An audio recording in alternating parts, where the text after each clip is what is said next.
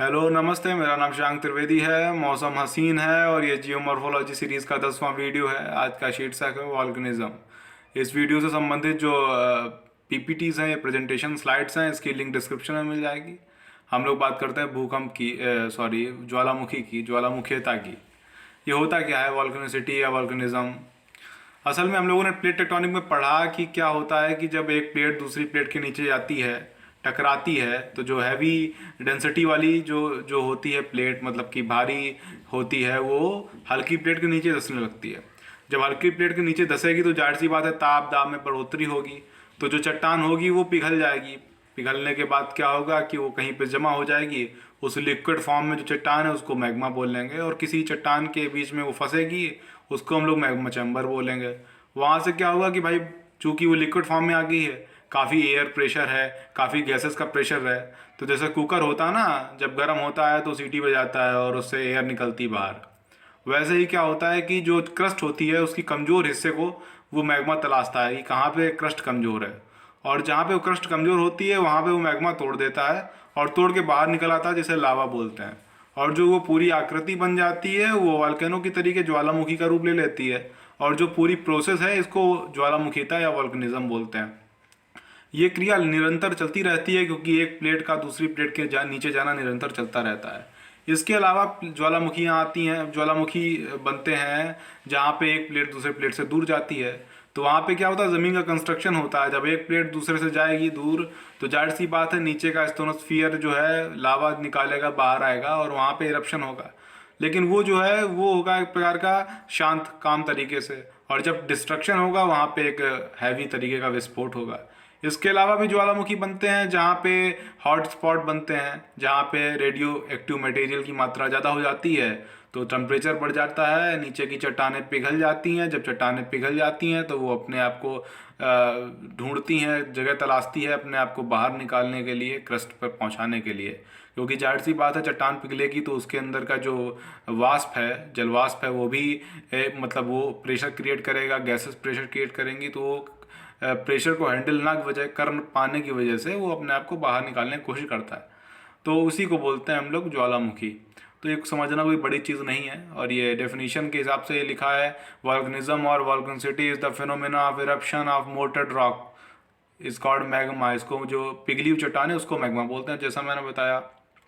On to the surface of earth where lava and pyroclastic material होता है, जिसके बारे में हम लोग अभी आगे आ जानेंगे। And volcanic gases erupt through a break in the surface called a vent. एक, ठीक है ना, ये कोई बड़ी चीज़ नहीं समझना। मैग्मा फ्रॉम द मेंटल और lower crust rises through it's crust toward the surface. इसके अलावा एक वर्ड होता है विस्कॉस। ये एक वर्ड होता है विस्कॉस, ये समझना पड़ेगा। इसको बोलते हैं, ये थिकनेस होती है या सांद्रता, हाँ सांद्रण, जो भी है, मेरे ख्याल में मैं गलत बोल रहा हूँ सांद्रता, लेकिन ये विस्कॉस मतलब होता है थिकनेस, है ना। भाई कोई भी मटेरियल की थिकनेस ज़्यादा होगी या विस्कोसिटी ज़्यादा होगी तो जाहिर सी बात है वो कम फैलेगा। जैसे कि जेली है ना, या कोई दूसरे किस्म का लिक्विड, जैसे सिरप टाइप होता है ना, जिसमें ज़्यादा सिरका मिला दो, जैसे चीनी में जैसे जलाव होता है ना, रसगुल्ले का। या फिर पानी जिसकी विस्कोसिटी कम होती है, फैलाओ तो बहुत जल्दी फैल जाता है। तो क्या है कि दो टाइप का लावा होता है, मैग्मा से जब लावा निकलता है वो दो टाइप का होता है। या तो उसमें विस्कोसिटी ज़्यादा होगी या उसकी विस्कोसिटी कम होगी। जब विस्कोसिटी ज़्यादा होगी यानी कि थिकनेस ज़्यादा होगी तो जाहिर सी बात वो कम फैलेगा, बाहर निकलेगा ज़मीन पे, बाहर निकल के वहीं पे ठंडा हो जाएगा, एक प्रकार का डोम या गुम्बद बना देगा, है ना, जैसे वॉल्केनिक कोन बनेगा एक डोम के तरीके। या फिर अगर उसकी विस्कोसिटी बहुत कम होगी और वो दूर तक फैल जाएगा, जैसे हम लोग रनी मैग्मा बोलेंगे, रनी लावा बोलेंगे, तो उससे क्या होगा कि वो मूवमेंट ज़्यादा कर जाएगा। जब दूर तक फैल जाएगा तो जाहिर सी बात है एक शील्ड बना देगा, तो उसे शील्ड कोन बोल देंगे, है ना, एक टाइप का जो है प्लेट्यू का निर्माण करेगा, जिसे लावा प्लेट्यू, वॉल्केनिक प्लेट्यू बोलते हैं, ठीक है ना। तो ये कुछ वर्ड हैं जिसको हम लोग आगे समझेंगे। पहले हम लोग समझ लेते हैं कि ज्वालामुखी में होता क्या क्या है, उसकी आकृति में उसके अंग क्या क्या हैं। सपोज ये ज्वालामुखी ऐसा दिखाई पड़ता है, आपने कई बार फिल्मों में देखा होगा या फिर टीवी में कोई फोटो देखी हो या फिर डायग्राम, तो ऐसा बनता ही है। तो ये है मैग्मा चैम्बर, दिखाई पड़ रहा होगा। यहाँ पे नीचे किसी कारण से चट्टान पिघली और यहाँ पे पिघली चट्टान जम जो आ गई आसपास की ठोस चट्टानों के बीच में, इसीलिए इसको मैग्मा चैम्बर बोल दिया गया। मैग्मा चैम्बर से लावा निकलेगा, बाहर निकलेगा। ये जो 2 नंबर देख रहे हैं ये एक प्रकार की चट्टान जो इसको हम लोग बेड रॉक बोलेंगे।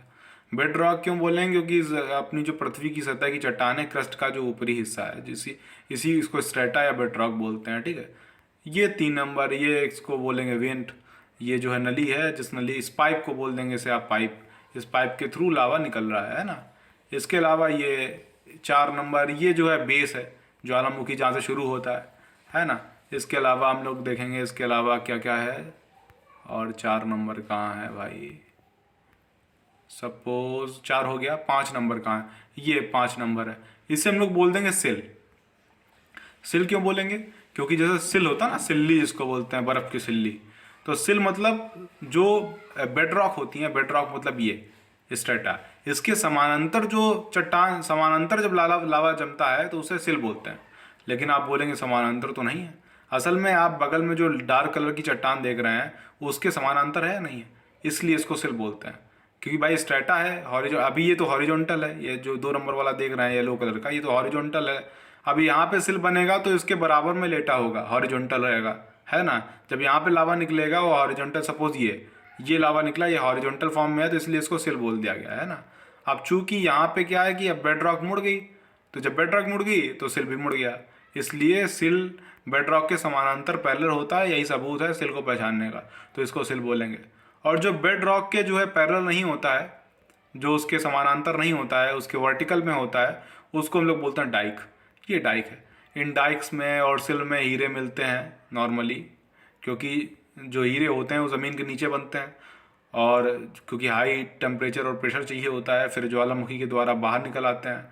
तो कई बार ज्वालामुखियाँ जो जब लावा निकलता है तो अंदर कहीं जम जाता है, जमने की जो आकृति बनती है वो डाइक सिल बनती है।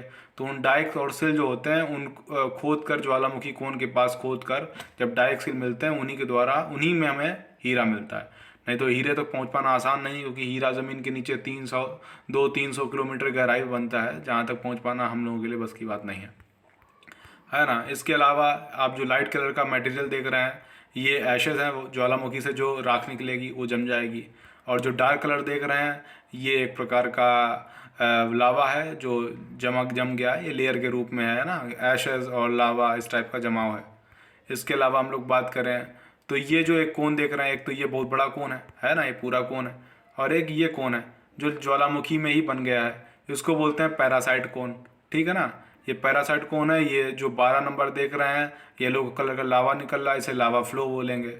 इसके अलावा जो 13 नंबर है ये वेंट है। 13 नंबर मेरे ख्याल में क्या है, 13 नंबर वेंट है। ये वेंट है मतलब ये असल में पाइप है जो नीचे से आके ऊपर तक आया है, इसको वॉल्केनिक वेंट बोलेंगे। 14 नंबर इसको क्रेटर बोलेंगे। जो ज्वालामुखी का मुंह होता है उसे हम लोग क्रेटर बोलते हैं। और जब ज्वालामुखी बहुत बुरी तरीके से विस्फोट करती है और क्रेटर छोटा होता है और नीचे से माल ज़्यादा निकलता है तो फट जाता है, ज़्यादा बुरा तरीके से फाड़ देता है। तो जब ये फट के फ्लावर हो जाता है तो उसको हम लोग बोलते हैं काल्डेरा। इसके अलावा ये ज्वालामुखी जो ये फ्लो हो रहा है, वॉल्केनो, ये लावा का फ्लो है ना, तो ये हो गया अपना ज्वालामुखी का मोटा मोटी हिस्सा, जो अंग ज्वालामुखी इसको बोलते हैं ना, उसके ऑर्गन। तो ये हो गए उनके अंग ज्वालामुखी के, जो नॉर्मली जानकारी आपको होनी चाहिए इसके बारे में, नहीं तो ज्वालामुखी के बारे में जानकर फ़ायदा क्या। अब हम लोग बात करते हैं material produced by volcanic eruption. अब वॉल्केनो से क्या होता है कि जब ज्वालामुखी फटती है तो कुछ मटेरियल निकलता है। क्या क्या मटेरियल निकलता है उस बारे में बात करते हैं। वॉल्केनिक गैस निकलती है, लावा निकलता है, और ये पायरोक्लास्टिक मटेरियल जिसको टेफरा भी बोलते हैं वो निकलता है। वॉल्केनिक गैसेस में सबसे ज़्यादा जरूरी जलवाष्प है, water vapour, carbon dioxide, sulphur dioxide और हाइड्रोजन सल्फाइड। ठीक है ना, ये 3 गैसेस इंपॉर्टेंट है जो निकलती है। इसके अलावा लावा निकलता है, लावा के बारे में हम लोग अगली स्लाइड में बात करेंगे। और पायरोक्लास्टिक मटेरियल के बारे में हम लोग समझ लेते हैं क्या होता है, इसको टेफरा भी बोलते हैं। अब पायरोक्लास्टिक मटेरियल मतलब होता है भाई, ज्वालामुखी से सिर्फ लावा नहीं निकलेगा, सिर्फ गैसेस नहीं निकलेंगी, कुछ टुकड़े भी निकलेंगे चट्टानों के, पत्थर छोटे बड़े भारी ऊंचे, राख निकलेगी। तो इस प्रकार के जो मटेरियल होता है उनके साइज के हिसाब से उनको डिवाइड किया गया है। जैसे वॉल्केनिक ऐश, इसको टब बोलते हैं, वो छोटे छोटे कण होते हैं। उससे बड़ा जो होता है उसको लैपली बोलते हैं, जिसका साइज 2 से 64 मिलीमीटर का होता है। अब इस लैपली में कई बार क्या होती है, गैसेस मिल के लैपली निकलते हैं, इसलिए वो एक चट्टान का रूप ले लेती हैं। उसको, उस चट्टान को हम लोगों ने इग्नियस रॉक में पढ़ा था, जिसको प्यूमिस बोलते हैं ना, या फिर ब्रेसिया, सॉरी स्कोरिया, है ना। तो स्कोरिया या उस टाइप के कण निकलते हैं, जो अगर अगर उस लैपली में गैसेस नहीं है तो उसको लैपली बोलते हैं, छोटे छोटे पत्थर के टुकड़े। इसके अलावा बॉम्ब, कुछ बड़े टुकड़े होते हैं, लैपली से बड़े होते हैं, जिनका साइज एक ईंट के बराबर का हो सकता है या उसी जैसा कुछ छोटा है। और इससे बड़ा होता है ब्रेसिया। ब्रेसिया जिसको ब्लॉक्स बोलते हैं, ये बहुत बड़ा होता है। अभी इसकी फ़ोटो दिखाऊंगा मैं आपको। इनके साइज़ कई बार 2, 4, 5 टन तक का हो जाता है इनका आकार, और ये दो दूर दूर तक फेंक दिया जाता है। मतलब कि सपोज़ वॉल्केनो में इतनी क्षमता होती है कि करीब 2, 300, 400, 500, 5,000 किलोग्राम के जो पत्थर हैं उनको करीब 2, 2, 4, 4, 5, 5 किलोमीटर दूर तक फेंक देता है। इतनी क्षमता से फटता है, समझ लीजिए कि कितनी पावर होती होगी। इसके अलावा क्या, volcanoes release gases when erupt and through opening card fumaroles, इनको फ्यूमारोल्स बोलते हैं। फ्यूमारोल्स मतलब क्या है कि इसके अलावा क्या होता है, जो ये गैसेस निकलती हैं, वॉल्केनिक गैसेस निकलती हैं, वो एक क्रैक से निकलती हैं। उन क्रैक को फुमारोल्स बोलते हैं, जिसकी फ़ोटो मैं आगे दिखाऊंगा आपको। They can also release gas into soil and ground water, ठीक है। अब ये देखिए, ये एक किलुआ वॉल्केनो का एक ये तस्वीर है 18 मई 1924 की। ये ज्वालामुखी कहाँ पड़ता है, हवाई में पड़ता है। और ये करीब वॉल्केनिक ब्लॉक है जिसके बारे में बात की, और इसका वजन करीब करीब 7 टन है। और ये उस ज्वालामुखी से करीब 1 किलोमीटर दूर गिरा हुआ मिला है, कि जब कभी ज्वालामुखी फटा होगा तो ये कण, ये जो है पत्थर करीब 1 किलोमीटर दूर गिरा था जाके। तो ये उसका एक उदाहरण है ब्लॉक का, ठीक है ना, जो निकलता है। टेफ्रा जो होते हैं, पायरोक्लास्टिक मटेरियल जिसे बोलते हैं। अब आता है टाइप ऑफ लावा। लावा क्या, कितने टाइप का होता है? 3 टाइप से हम लोगों ने डिवाइड किया है, basis of rock material, rock mineral, और basis of silica material, basis of viscosity. अब रॉक मटेरियल की बात की जाए, रॉक मटेरियल के हिसाब से 3 टाइप का लावा होता है, फेस्पिक, मैफिक, अल्ट्रामैफिक, जिस पे हम लोगों ने पिछले वीडियो में बात की थी। फेस्पिक मतलब जिसमें सिलिका के जो तत्व होते हैं, सिलिका के जो खनिज होते हैं, जैसे फेल्सपार, क्वार्ट्ज, उनकी मात्रा ज़्यादा होती है। जब ज़्यादा होगा तो ये लिक्विड फॉर्म, ये गाढ़ा ज़्यादा होता है, तो ये फेल्सपिक हो गया, ठीक है ना। उसको बोलेंगे जिसमें सिलिका की मात्रा ज़्यादा है। ये लाइट कलर का होगा, गाढ़ा होगा और एसिडिक होगा, ठीक है ना। फिर मैफिक, ये इसमें सिलिका की मात्रा कम होती है, इसलिए ये लिक्विड फॉर्म में ज़्यादा होता है, तरलता इसमें ज़्यादा होती है, इसकी विस्कोसिटी कम होती है। और ये डार्क कलर का होता है, तापमान भी इसका ज़्यादा होता है, दूर तक फैलता है। और अल्ट्रामैफिक, इसका जो मध्यम गुण होता है फेस्पिक और मैफिक के बीच में होता है। फेस्पिक से ज़्यादा गाढ़ा होता है और फेस्पिक से कम गाढ़ा होता है, मैफिक से ज़्यादा गाढ़ा होता है। तो ये हो गया आपका मिनरल के आधार पर रॉक मिनरल। सिलिका की मात्रा के आधार पर बात की जाए तो 2 टाइप का लावा होता है, एसिडिक, बेसिक। असल में ये तीनों डिवाइडेशन कहीं ना कहीं सिलिका की मात्रा पर ही हैं, लेकिन फिर भी हम लोग इसको अलग अलग तरीके से पढ़ लेते हैं जिससे थोड़ी सी क्लियरिटी बनी रहे।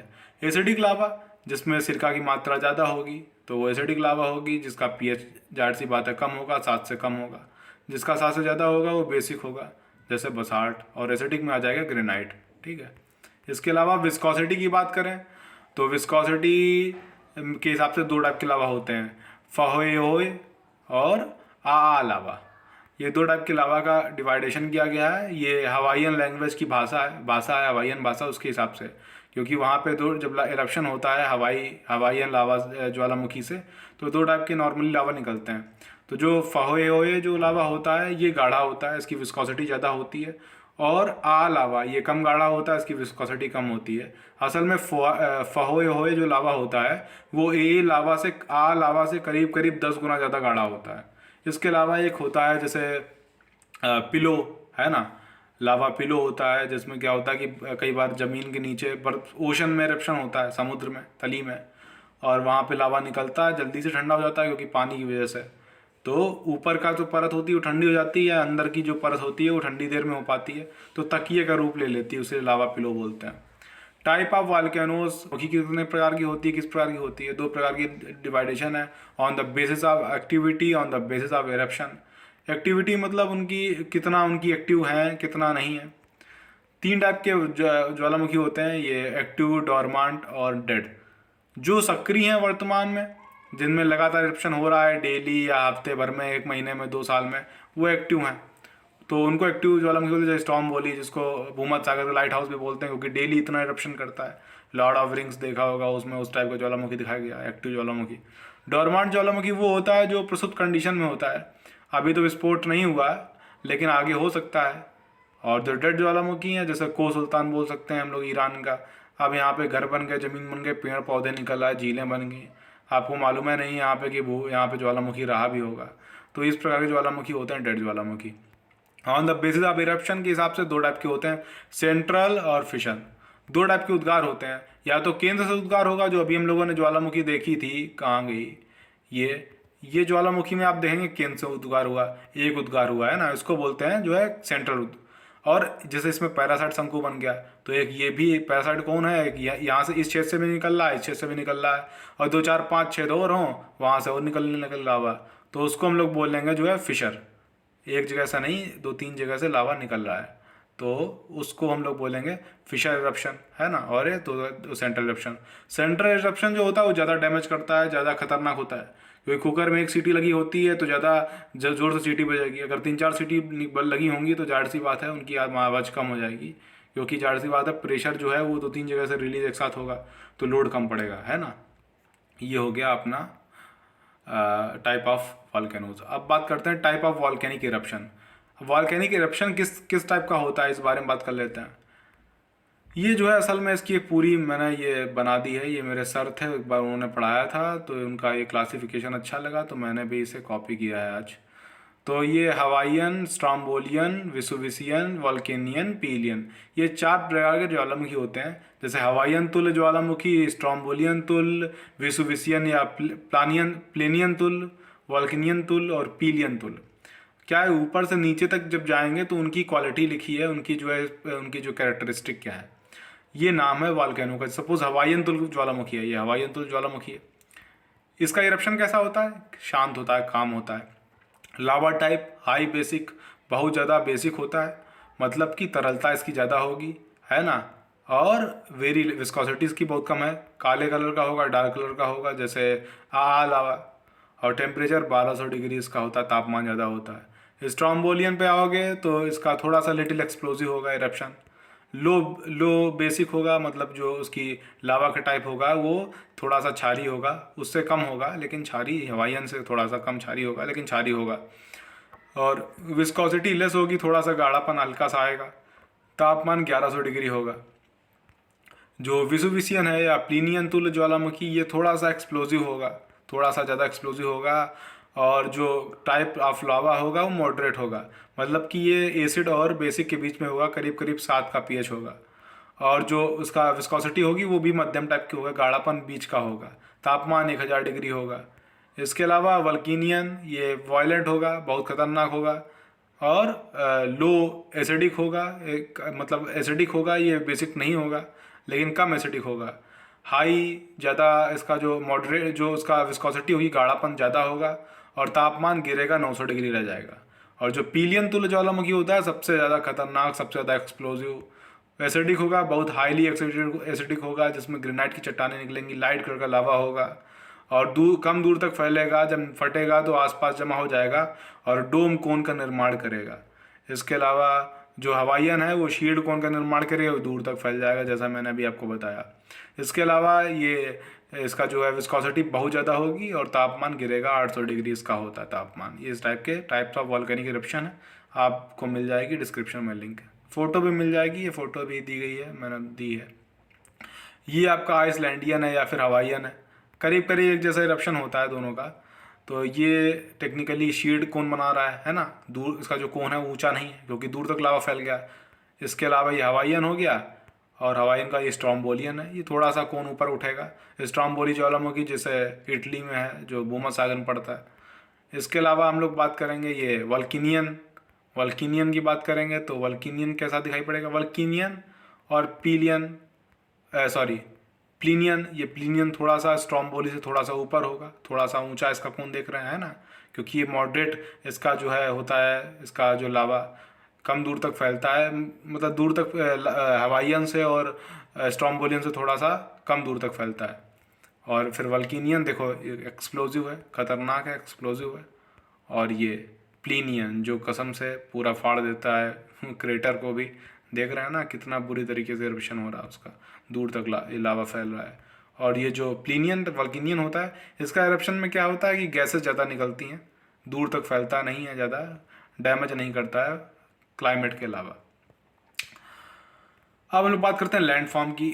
एक सेकेंड, अब हम लोग लैंडफॉर्म की बात करते हैं। लैंडफॉर्म क्या होता है भाई? जाहिर सी बात है, जब ज्वालामुखी फटेगा तो दो टाइप का लैंडफॉर्म बनेगा। या तो ज्वालामुखी लावा अंदर ही जमा हो जाएगा, जम जाएगा और एक प्रकार की आकृति का निर्माण करेगा, या फिर क्या होगा, बाहर निकल के दूसरी आकृति का निर्माण करेगा। हम लोगों ने दो टाइप की इग्नियस रॉक पढ़ी थी, इंट्रूसिव रॉक और एक्सट्रूसिव रॉक। इंट्रूसिव मतलब जब लावा नीचे निकल के नीचे ठंडा हो जाता है और चट्टान का निर्माण करता है, और जब लावा बाहर निकल के चट्टान कर देता है उसको एक्सट्रूसिव रॉक बोलते हैं। इग्नियस रॉक का वो उदाहरण है। तो टेक्निकली जो लैंडफॉर्म ज्वालामुखी में बनता है वॉल्केनो से, वो टेक्निकली एक प्रकार की चट्टानें होती हैं, लेकिन उन चट्टानों की डिज़ाइन होती है, कुछ आकार होती है, आकृति होती है, उस आकृति के हिसाब से उन चट्टानों के नाम डिसाइड किए जाते हैं। बस वही हमें नाम जानने हैं, और कुछ ज़्यादा बवाल का गेम नहीं है, सिंपल सी चीज़ है। अब ये मैग्मा चैम्बर होता है। मैग्मा चैम्बर पे जो आकृति बनती है, उसका जो कनेक्शन होता है, मतलब जिसका कनेक्शन मैग्मा चैम्बर और उसकी नीचे जो बेड रॉक है, उन दोनों से कनेक्शन होता है, जिस आकृति का, उसको बैथोलिथ बोलते हैं। जिसका बेस हम लोग अंदाजा नहीं कर सकते कितना गहरा है, इसको बैथोलिथ बोलते हैं। इस टाइप के डिज़ाइन को डाइक बोलते हैं। डाइक मतलब हमने बोला था ना, बेड रॉक के हॉरिजॉन्टल वर्टिकल। अभी बेड रॉक देखो, ये आप ईंट जैसी आकृति देख रहे हैं, ये एक बेड रॉक है। इसके ऊपर एक जो डॉट डॉट की आकृति देख रहे हैं, बेड रॉक है। ये हॉरिजॉन्टल क्षैतिज है, और जो बीच में लाइन आप डार्क कलर की देख रहे हैं, ये लाइन जो है वर्टिकल है। तो इस प्रकार के जब लावा का जमा होता है तो उसे डाइक बोलते हैं। इसे अंडरलाइन कर लीजिएगा, बेड रॉक के वर्टिकल में डाइक, और ये बेड रॉक के देखिए पैरेलल जा रही है। ये आप डार्क कलर की लाइन जो है उसमें लावा जमा है, नीचे एक बेड रॉक है ईट कलर की, और जो लाइट कलर की बेड रॉक है वो भी बेड रॉक है। तो उसके जो हॉरिजॉन्टल में जमा होगा लावा का, उसको सिल बोलते हैं। तो डाइक सिल में कोई कन्फ्यूजन नहीं होनी चाहिए, ये इंपॉर्टेंट है। इसके अलावा क्या होता है, जब बैथोलिथ से वेन कटती है और ये डाइक बनता है, फिर धीरे से ऊपर जाके एक कोन जैसी, एक गुम्मद जैसी आकृति बन जाती है। गुम्मद ये इसलिए बन जाता है क्योंकि जो बेड रॉक को ही मोड़ देता है, क्योंकि बहुत ज़्यादा गैसेस में प्रेशर होता है, तो गैस मोड़ देती है बेड रॉक को। तो इस प्रकार की जो गुम्मद वाली आकृति बनेगी, इसको लैकोलिथ बोलते हैं, ठीक है ना, इसको लैकोलिथ बोलते हैं। ये बैथोलिथ हो गया, गुम्मद वाली आकृति, इसको लैकोलिथ बोलते हैं। जैसे ये क्या है कि लैकोलिथ था, लेकिन इसका क्या हुआ, पर्दन हो गया, तो ये जो है इरोडेड लैकोलिथ। इस प्रकार के लैकोलिथ आपको कहाँ मिलेंगे, अरावली में मिलेंगे। कभी माउंट आबू जाइए तो वहाँ पे गुठलियाँ बची हैं, पर्वत खत्म हो गया, जिसे अपशिष्ट पर्वत बोलते हैं। तो इस प्रकार का इरोडेड लैकोलिथ आपको बहुत मिल जाएंगे। इसके अलावा एक डिज़ाइन होती है जिसको हम लोग बोलते हैं लैपोलिथ। जैसे ये गुम्मद की आकृति है, इसको लैकोलिथ बोल दिया। अगर तस्तरी के रूप में जमा हो जाए, सपोज ये लावा निकले और कोई चट्टान ऐसी हो कि चट्टान के बीच में तस्तरी जैसा भाग बन जाए, तो उसको हम लोग बोलते हैं लैपोलिथ। इस डिज़ाइन में, इस जो है फोटो में बदकिस्मती से लैपोलिथ नहीं दिखाया गया है, इसलिए मैं आपको बता रहा हूँ। जैसे ये बैथोलिथ है, ऐसे ही ये लैकोलिथ है, ऐसे वो लैपोलिथ होता है। बस जैसे गुम्मद है, वो हो जाएगा तस्तरी का आकार। और एक डिज़ाइन होती है, जिस डिज़ाइन को हम लोग बोलते हैं फैकोलिथ। फैकोलिथ भी बदकिस्मती इसमें नहीं दिया गया है। अब जैसे ये बेड रॉक है, कई बार क्या होता है, जो पहाड़ियाँ होती हैं, अब पहाड़ जो होते हैं वो कैसे लहरदार होते हैं। अब लहरदार जब पहाड़ होगा तो उसकी जो बेड रॉक होगी, जो उसकी जो अंदर की जो रॉक्स होंगी, वो भी लहरदार होंगी। अब वो लहरदार रॉक्स होंगी, उस लहरदार रॉक्स में कहीं लावा जम जाए लहरदार रूप से, तो उस लहरदार लावा के जमाव जो होगा उसको हम लोग बोलते हैं फैकोलिथ। तो बस ये चार पांच प्रकार के डिवाइडेशन है, बैथोलिथ, लैकोलिथ, लैपोलिथ और फैकोलिथ। ये चार डिवाइडेशन याद रखिए, इनमें डिफरेंस याद रखिए। बैथोलिथ ये है जिसका बेस लावा चैम्बर से जुड़ा हो, और लैकोलिथ जो बैथोलिथ से जुड़ा होता है, जो गुम्मद जैसी आकृति बना देता है, और लैपोलिथ जो तस्तरी जैसी आकृति बनाता है, और फैथोलिथ जो बनाता है एक लहरदार आकृति। इसके अलावा डाइक होता है जो बेड रॉक के वर्टिकल होता है, सिल होता है जो बेड रॉक के पैरेलल होता है। ये हो गए इंट्रूसिव लैंडफॉर्म, जो इंट्रूसिव इग्नियस रॉक होती हैं, आंतरिक जो बनेंगे लैंडफॉर्म वो अंदर के, जो जब लावा अंदर जम जाए तब इस प्रकार के जो है लैंडफॉर्म बनेंगे। अब वो लैंडफॉर्म की बात कर लेते हैं जो लावा के बाहर जमने से बनते हैं, तो उनमें हम लोग बात करेंगे। तो एक कंपोजिट कोन हो गया, ये कंपोजिट कोन मतलब हो गया मिक्स, मतलब जो लावा और जो राख होती है वॉल्केनो की, उन दोनों से मिल के कौन बनता है उसको कंपोजिट कौन बोलते हैं। और क्वेश्चन आ जाता है सबसे ऊंचे कौन कौन होते हैं, तो ये कंपोजिट टाइप के कौन होते हैं। हम लोगों ने जब अंग पढ़ा था ज्वालामुखी का, तो ये कौन सा था, कंपोजिट कौन था। क्यों? क्योंकि इसमें ऐश की लेयर भी है और लावा की लेयर भी है, तो ये सबसे ऊंचे कौन होते हैं, ठीक है ना। और हम लोग बात कर लेते हैं, पॉइंट पे आते हैं। तो ये कंपोजिट कौन हो गया। इसके अलावा लावा मेसा बनता है। मेसा जो ये रेगिस्तानी इलाकों में आप देख सकते हैं, एक चपटी आकृति आप देखेंगे, छोटा सा पठार का सबसे छोटा हिस्सा उसको मेसा बोलते हैं। मेसा ब्यूट होता है, ब्यूट भी होता है, जब लोग आगे पढ़ेंगे लैंडफॉर्म तब जानेंगे। ये सिंडर कौन है, ये राख से बना हुआ कौन है, छोटा होता है ना। इसके अलावा क्या, लावा प्लेट्यू। अब भाई लावा निकला, बह के जम गया, आसपास की ज़मीन से ऊपर ऊंचा हो गया, उसको लावा प्लेट्यू बोलेंगे। अब जैसे साउथ इंडिया का जो है, जो अपना ट्रैप है पूरा, वो दक्कन ट्रैप, वो असल में लावा प्लेट्यू है। कभी ज्वालामुखी फटी थी 16 करोड़ साल पहले, तो वो बन गया। इसके अलावा क्या, ऐश कौन है, ये ऐश कौन है ना। ऐश कौन है, सिंडर कौन है, और विथ सिंडर डोम, ठीक है। और ये वॉल्केनिक नेक है। कई बार क्या होता है, डाइक नीचे से निकल आती है वॉल्केनिक, जैसे ये मान लो सपोज ज्वालामुखी है। अब ज्वालामुखी क्या है, ज्वालामुखी फटने के बाद लावा निकला, बहुत सारा उसके मुंह में जमा हो गया, ठंडा हो गया, ठंडा होने के बाद वो एक डाइक का निर्माण हो गया, है ना, वर्टिकल फॉर्म में लावा जम गया तो डाइक का निर्माण हो गया। तो अब क्या है कि कुछ दिन बाद क्या हो, ज्वालामुखी जब फटना बंद हो गई, थोड़ी सी प्रसुप्त डॉर्मेट कंडीशन में आ गई, तब क्या होगा कि आसपास की जो मिट्टी है चूँकि हल्की हल्की होगी, तो उसका कमज़ोर चट्टानें होंगी, मुलायम होंगी, तो उनका इरोजन हो जाएगा, अपर्दन हो जाएगा। और चूँकि डाइक तो सॉलिड होता है क्योंकि लावा से बना है, तो उसका अपर्दन होगा नहीं। तो इस प्रकार की आकृति हमें दिखाई पड़ने लगेगी, उसको हम लोग बोलते हैं ये volcanic neck with radiating dykes, ठीक है। इसके अलावा ये ऐश फ्लो है, ये राख का फ्लो है। Cinder caldera with cinder cone और ऑन फ्लोर, ये काल्डेरा जिसकी बात की कि जब क्रेटर जब क्रेटर छोटा होता है और ज्वालामुखी मान लो फटा, और ऐसा फटा कि वो बहुत ज़्यादा बड़ा क्रेटर का निर्माण कर दिया, उसे बोलते हैं काल्डेरा। कई बार क्या होता है, इस काल्डेरा में पानी बढ़ जाता है या क्रेटर में पानी बढ़ जाता है, तो क्रेटर लेक बन जाती है, जिसकी बात हम लोग आगे बात करते हैं। जैसे ये क्रेटर लेक, ये मलेशिया की जो लेक टोबा है। मैंने आपको जब इंटीरियर ऑफ द अर्थ पढ़ाया तो उसमें एक चीज़ बताई थी कि एक 75,000 साल पहले ऐसा ज्वालामुखी फटा था कि करीब 1,000 साल तक आइस एज जैसा, मतलब जो जलवायु ठंडी हो गई थी, क्योंकि जो सूरज की जो किरण है उसको ढक लिया था इसकी राख ने, इस ज्वालामुखी की, इतना सुपर वॉल्केनो हुआ था। तो उसके फटने से क्या हुआ कि एक क्रेटर, बहुत बड़े क्रेटर का निर्माण हुआ। आप क्रेटर देख रहे हैं, उस क्रेटर में पानी भर गया, उस काल्डेरा में पानी भर गया और उसे क्रेटर झील बोला गया। तो ये जो है ये क्रेटर झील है, सबसे बड़ी लेक टोबा जिसे बोलते हैं। ये क्रेटर झील के आसपास एक बीच में एक ऊंचा एक आइसलैंड जैसा भी है, जिसे हम लोग बोलते हैं समोसिर आइसलैंड बोलते हैं। और ये दुनिया की सबसे बड़ा काल्डेरा या फिर क्रेटर लेक बोल सकते हैं। दुनिया की सबसे बड़ी क्रेटर लेक है ये lake Toba, Malaysia, south east Asia, ठीक है।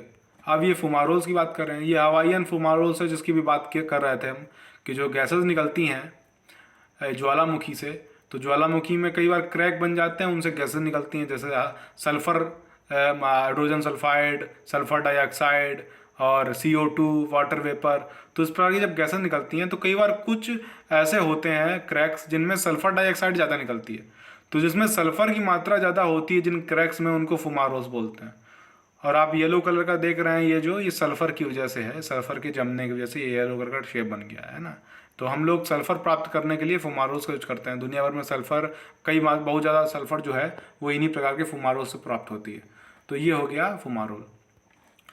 ये जो है गीज़र है। गीज़र मतलब क्या होता है, समय समय पर क्या होता है कि ज्वालामुखी नीचे वाटर वेपर होती है, मालूम है। तो ज्वालामुखी जैसे गैस वो होता है कुकर में सीटी आती है, तो वैसे ही ज्वालामुखी से जब अंदर हीटनेस बढ़ जाती है, या किसी कारण से ज्वालामुखी का संपर्क हो जाता है ग्राउंड वाटर से, तो ग्राउंड वाटर ज्वालामुखी में पहुंचता है, गर्म होके उबाल आता है। उबाल से क्या होता है कि कहीं पे क्रैक पड़ जाता है क्रस्ट में, तो वहाँ से निकल जाता है वो वाटर वेपर। जब वाटर निकलेगा तो जाहिर सी बात है, गर्म है, काफ़ी 100 डिग्री टेम्परेचर है, जलवाष्प है, तो वो सीटी की तरीके निकलेगा, दूर ऊंचाई तक जाएगा। तो उस प्रकार के जो इलाके होते हैं उनको बोलते हैं गीज़र। इसमें पानी निकलते हैं, सिर्फ पानी या फिर फुब्बारा निकलता है। जैसे ये उदाहरण है ओल्ड फेथफुल गीज़र का, येलो स्टोन नेशनल पार्क जो है यूएस की टेरिटरी में आता है, और ये हर 91 मिनट में करीब करीब एक प्रकार की सीटी हो जाता है, और ये एक गीज़र का निर्माण करता है। तो ये हो गया अपना वही जिसके बारे में हम लोग बात कर रहे थे, गीज़र। हम लोग ज्वालामुखी के विश्व वितरण को समझ लेते हैं। विश्व वितरण इस प्रकार का है, आप ये देखेंगे जितने रेड कलर के डॉट हैं ज्वालामुखी हैं। कहाँ कहाँ ज्वालामुखी है? ये ज्वालामुखी शुरू होगा देखो मलेशिया में, इंडिया में सिर्फ एक ज्वालामुखी आता है। ये मलेशिया में ज्वालामुखी हैं, है ना। ये जापान से होते हुए फिर ये अलास्का में पहुंच जाएंगे उधर साइड घूम के, है ना। इसके अलावा ये सेंटर में ज्वालामुखी हैं। आप जो प्लेट के बीच में ज्वालामुखी देख पा रहे हैं ये सारे हॉट स्पॉट हैं। सपोज ये प्लेट है, देखो ये भूमध्य सागर में ज्वालामुखी है। आप नीचे ये इतने सारे ज्वालामुखी देख रहे हैं, ये न्यूटेक्टोनिज्म है। ये रिफ्ट वैली जो है अफ्रीका की दुनिया की सबसे बड़ी वैली, तो ये वहाँ का ज्वालामुखी क्रिया है। इसके अलावा ये आइसलैंड का ज्वालामुखी है, क्योंकि ये मिड ओशनिक रिज है, ये मिड ओशनिक रिज के ज्वालामुखी है ना। इसके अलावा ये देखो आप नजका प्लेट और साउथ अमेरिका प्लेट के बीच के जो ज्वालामुखी हैं एंडीज पर्वत है, और ये ज्वालामुखी बन रहा है ये नॉर्थ अमेरिका और पैसिफिक प्लेट के बीच का ज्वालामुखी। और ये आप देख रहे हैं ना, ये एक माला बन के जा रही है और यहाँ पे जाके जुड़ जाएगी इससे, तो इसको रिंग ऑफ फायर बोलते हैं। दुनिया के करीब 80% ज्वालामुखी, 70% ज्वालामुखी इसी रिंग ऑफ फायर मिलते हैं, शायद 60%। हम इतना मेरे पास कुछ क्लियर डेटा नहीं है। तो ये कुल मिला के ज्वालामुखी हैं। अब ये आप ज्वालामुखी देखेंगे ये प्लेट के बीच में है, ये हवाईयन ज्वालामुखी है, ये हॉट स्पॉट की वजह से। तो ये विश्व वितरण है ज्वालामुखी का। अगर हम लोग प्लेट टेक्टोनिक की तरीके समझें तो हम लोग समझेंगे ये प्लेट्स हैं, जैसे ये कोकोआ प्लेट है, ये नजका प्लेट है, south American plate, north American. तो ये मिड ओशनिक रिज है, उसके सारे देखिए ज्वालामुखी बन रहे हैं, है ना। ये नजका प्लेट और साउथ अमेरिका प्लेट के बीच में ज्वालामुखी बन रहे हैं, है ना। ये पैसिफिक प्लेट, ये जो है एल्यूटियन ट्रंच है, ठीक है, ये वो वाला है, ओके हटाओ उसे। तो ये जो है ज्वालामुखी बन रहा है अपना जापान के साथ मलेशिया, है ना, ऑस्ट्रेलिया से होते हुए ये रिंग ऑफ फायर का निर्माण होता है। पैसिफिक प्लेट है और इसको रिंग ऑफ फायर बोलते हैं। ये हवाईयन हॉट स्पॉट है, मैंने बोला था ना प्लेट के बीच में, ये हवाईयन हॉट स्पॉट है। तो ये जो है विश्व वितरण है ज्वालामुखी का। आपको सारी डिस्क्रिप्शन में लिंक ऐसी मिल जाएगी जिसमें आप जाके इसे पढ़ सकते हैं विधि के साथ। कोई सवाल है तो पूछिए। वीडियो बहुत बड़ा हो रहा है और मुझे लग रहा है ये काफ़ी लंबा खिंच गया है, उसके लिए मैं माफ़ी चाहता हूँ। बहुत बहुत धन्यवाद। अगले वीडियो का इंतजार करिए, तब तक के लिए धन्यवाद, बाय।